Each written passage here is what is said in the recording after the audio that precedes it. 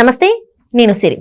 ఈ మధ్యకాలంలో బాలకృష్ణ గారి సినిమాలు వస్తుంటే, ఆయన షోస్ వస్తుంటే, ఆయన ఎనర్జీతోని మనం ఎక్కడ కూడా సరిపోం అనిపిస్తుంది.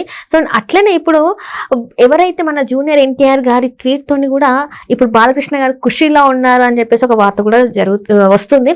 ఎందుకు అంటే బాలకృష్ణ గారికి అయితే పద్మభూషణ్ అవార్డు అయితే రావడం జరిగింది.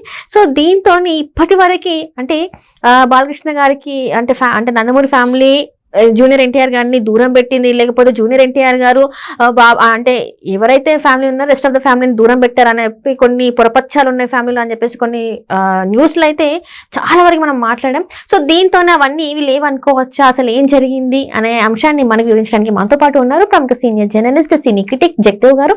నమస్కారం సార్. నమస్తే సార్. చాలా రోజుల నుంచి ఏంటంటే అసలు నందమూరి ఫ్యామిలీలో ఏం జరుగుతుంది అంటే జూనియర్ ఎన్టీఆర్ వర్సెస్ బాలకృష్ణ గారు అన్నట్టు కొన్నిసార్లు, బాలకృష్ణ గారు వర్సెస్ జూనియర్ ఎన్టీఆర్ గారు అని కొన్నిసార్లు, వీళ్ళిద్దరికి అసలు పడని కొంతమంది, అసలు ఫ్యామిలీస్ అసలు మాట్లాడుకోవని కొంతమంది, దీని మీద డిబేట్లు కూడా జరిగాయి చాలాసార్లు. కాకపోతే ఈ రోజు ఏదైతే బాలకృష్ణ గారికి పద్మభూషణ్ అవార్డు వచ్చిన తర్వాత జూనియర్ ఎన్టీఆర్ ట్వీట్ చేయడం ద్వారా అలాంటివి ఏమీ లేవు అని అనుకోవచ్చా సార్? మనం అలాంటివి ఉండవేమో అని అనుకుంటాను నేను కూడా.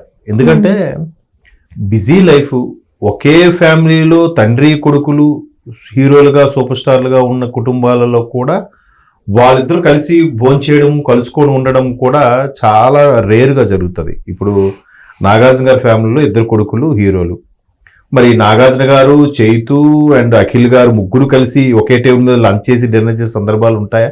చాలా అరుదుగా ఉంటాయి. ఆయన బిజినెస్లు, ఆయన యాక్టింగు, ఈయన బిజినెస్లు, వీళ్ళ యాక్టింగు, ఎవరు సర్టెన్ ఏజ్ గ్రూప్ వచ్చాక అలాగే ఉంటుంది కదా. చిరంజీవి గారి ఫ్యామిలీలో 4-5 హీరోలు ఉన్నారు. ఎవరు ఎప్పుడంటే ఎక్కడ కలుస్తారు? కలిసే అవకాశం ఉందా? దాన్ని వీళ్ళిద్దరు పాడట్లేదురా, వీళ్ళు కలవట్లేదురా. పవన్ కళ్యాణ్ గారికి చిరంజీవి గారికి గొడవలు అయిపోయారా? ఎందుకంటే పీఆర్పీ కాంగ్రెస్లో కలిపిస్తారని పవన్ కళ్యాణ్ గారికి నచ్చలేదురా. అప్పటి నుంచి చిరంజీవి గారితో పవన్ కళ్యాణ్ మాట్లాడడం మానేశాడరా. ఇలాంటి కూడా వార్తలు కూడా వచ్చాయి. ఇప్పుడు మొన్న గెలిచిన తర్వాత ఫస్ట్ వెళ్ళి ఆయన ఆశీర్వాదం తీసుకున్నాడు కాలు దండం పెట్టి.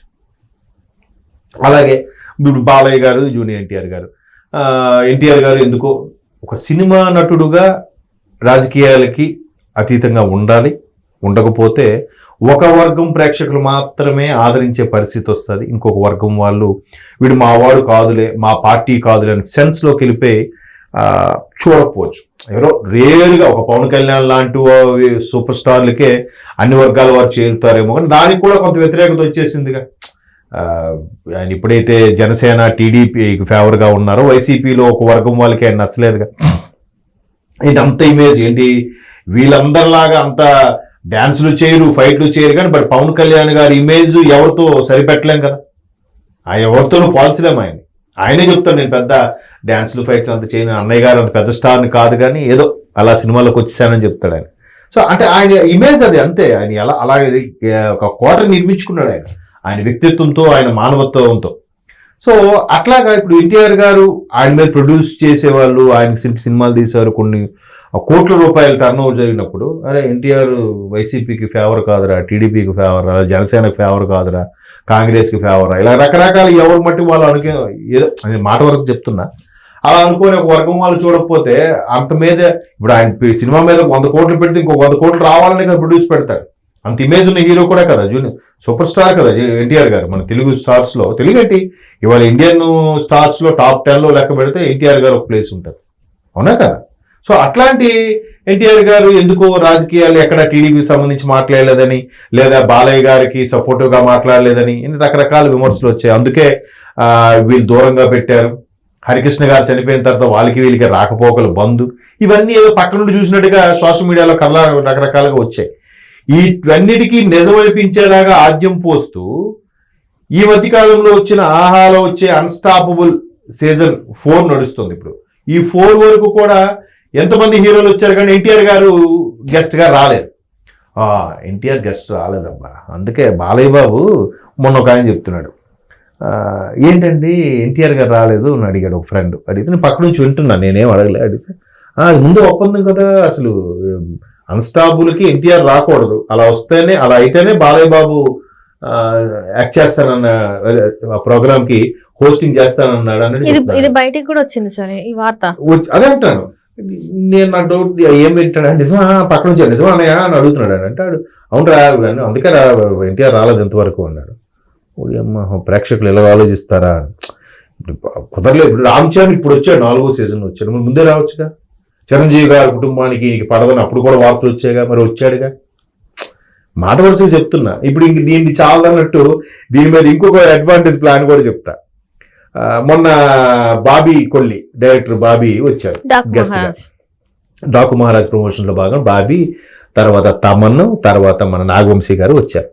వస్తే బాబీ గారు గత సినిమాలు చేసినవన్నీ కూడా ఒక్కొక్కరి గురించి మీరు చేశారు కదా అని అడిగారు.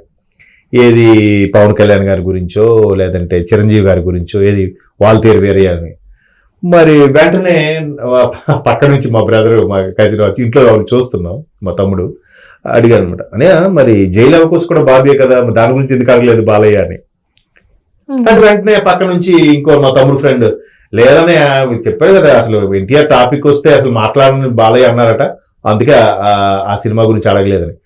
అంటే నిజమే కదా అనిపించింది నాకు కూడా. అంటే జనాలు ఒక ఊహల్ని, జనాల్లో ఒక వాళ్ళ అర్థమైన దాన్ని రుద్దేస్తారు వాళ్ళ రిలేషన్స్ మీద. బాలయ్య గారికి ఎన్టీఆర్కి పడట్లేదు.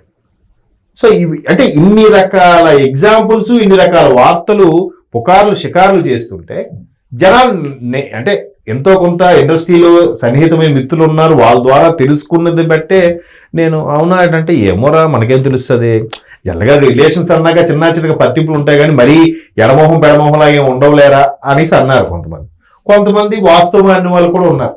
అంటే జనాలు ఎంత మేధావులో చెప్తున్నా.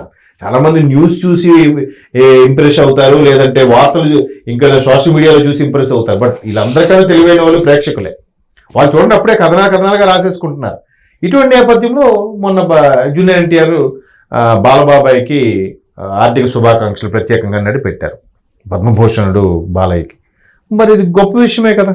ఎందుకంటే ఆయన చాలా ఇంటర్వ్యూలో కూడా చెప్పాడు, నాకు చిన్నప్పటి నుంచి బాలబాబాయే నా ఫేవరెట్ హీరో, పడి చచ్చిపోయాడు నేను సినిమాలు, ఆయన సినిమా చూడని సినిమా అంటూ లేదు అని. మొన్న కళ్యాణ్ రామ్ గారు కూడా అదే చెప్పారు, మాకు అసలు ఇన్స్పిరేషన్ అంటేనే తాతగారి తర్వాత బాబాయ్. ఎక్కువ నాన్నగారు చేసినా కూడా అన్ని ఎక్కువ సినిమాలు చేయలేదు, హరికృష్ణ గారు అన్ని చేయలేదు కాబట్టి బాబాయ్ అంటేనే పిచ్చి. బాబాయ్ సినిమాలకు కటౌట్లు కట్టడం, ఫస్ట్ రోజు రిలీజ్ రోజు చూడడం, ఆ పిచ్చి అలా ఉండేది, ఇప్పటికీ అదే ఉంది.